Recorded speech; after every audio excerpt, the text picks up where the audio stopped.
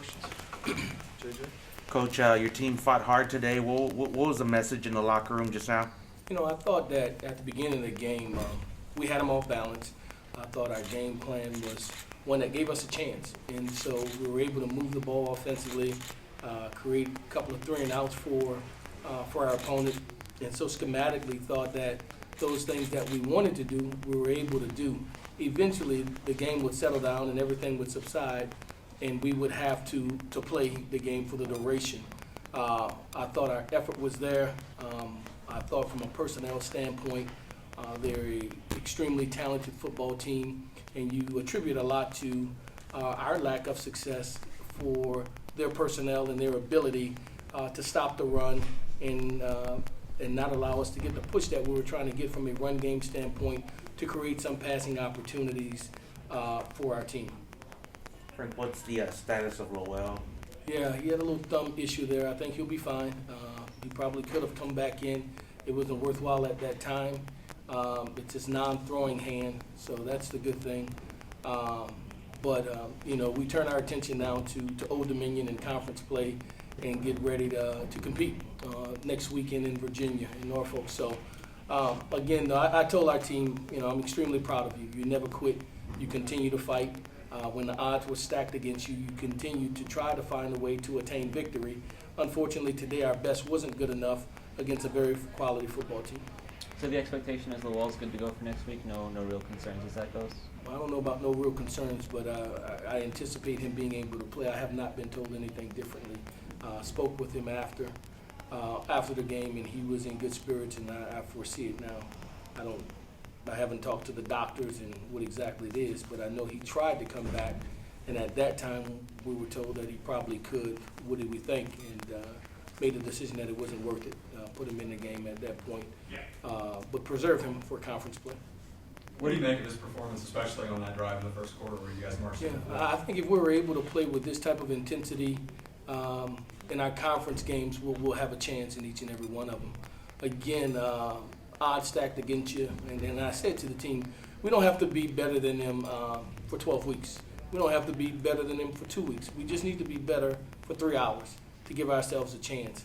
And probably an hour and a half of it, we were as good, and we gave ourselves a chance. And then I thought our team at the back end of the game was resilient. They continued to fight and to hold, when the opponent was still trying to put themselves in position to score. We said no, and we defended, and we held them to field goal and held them to 2 other punting opportunities. And so we'll build off of it. We'll get our team ready to play next week. What did you see from JoJo getting a chance to have a little bit of action there? Yeah, he was in a tough situation. By that time in the game that he came in, the ears were pinned back coming after us. Sent him every blitz look you could probably imagine, safety, free safeties, outside backer, straight safety. And so we picked up in some kind of hurried his throws. So to be thrust into the fire at that point of the game when he had to, I thought he did an admirable job. JoJo will be all right. He just continues to need to play and continue to get meaningful snaps when it's allowed. But his progress was one that I thought at the back end, the last play, I gave him a call from the sideline, indicative of the personnel, and he thought I was talking about the person's name. So I'll take that. Last interception is on me. I gave him a call that we had a miscommunication on it, and he did what he thought I told him to do on that particular play. But outside of that, he did fine. Coach, this is a second trip here to College Station. Both games, your team has held their own. What can you say about the overall growth of the program? I thought coming here we were not intimidated.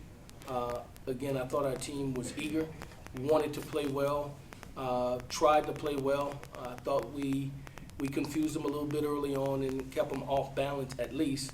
You're going into halftime 14-7 and we give up a late one, 21-7. But we come back out and it kind of got away from us. Then we fought back and put ourselves back in position. And if we could have mustered a little more offense, I thought our chances could have been that much greater. But we put our defense out there for quite a bit of time, and it was a tremendous amount to ask of them to play that long and to withstand the duration of the drives that we had to. But proud of our football team, proud of their effort. When they walked off the field, you seen them engage with their peers and staffs alike, and there's respect that you guys are all right, man. You're gonna be all right, and that's a compliment that any coach would take from an opponent when they know that your team competed. We didn't lie down, we didn't quit, we fought through the duration of the game.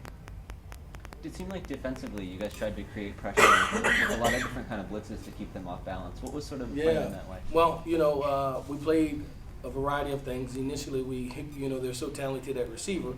We played coverage, and they took advantage of some opportunities of rushing the ball. And then we had to have the +1 safeties involved in the run game to give us a chance and have additionals. Because even though we had enough to maintain gap integrity, one missed tackle and a guy went. So we had an extra to boost us from a run game standpoint as they were trying to pound it into the boundary and then their run game stuff from us, divide zone and counter gap plays. Once we did that, I thought we slowed it down, and then we just kind of put our ears back and went after them and said, look, if you're going to beat us, you're going to beat us fighting. We're not going to just sit here and allow you to run at us. And I thought it slowed down some, and we didn't give up the big plays that we had done so earlier in the game.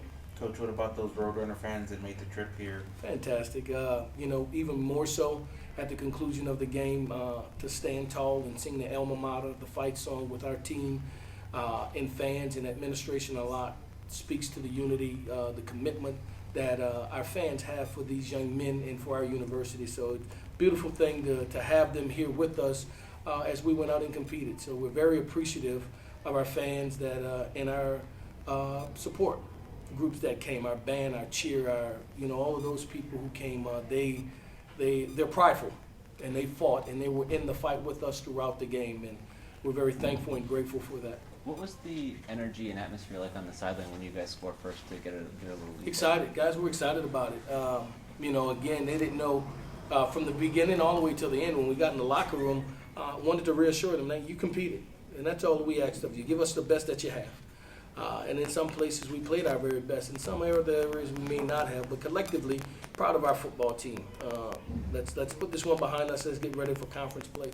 And if we bring that same type of energy, we'll be just fine next Saturday. Thank you, guys. Thanks, Coach. Thanks, Frank.